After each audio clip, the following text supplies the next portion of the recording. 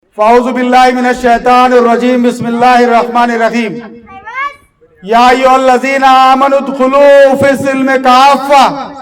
ولا تتبعوا خطوات الشیطان انہ لکم عدو مبین۔ صدق اللہ العظیم۔ اللہ تعالیٰ کا قرآن مجید میں ارشاد ہے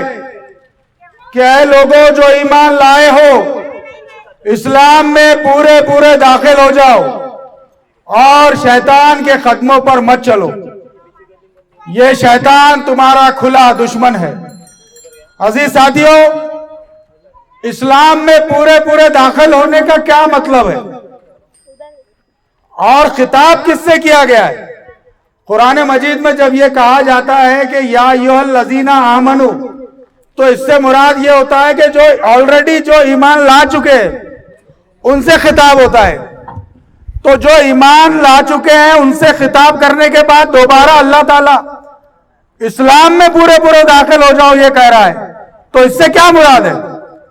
بھئی اگر کوئی اسلام میں ہے ہی نہیں، کوئی ایمان والا ہی نہیں ہے، اس سے کہے تو کوئی بات ہی نہیں ہے۔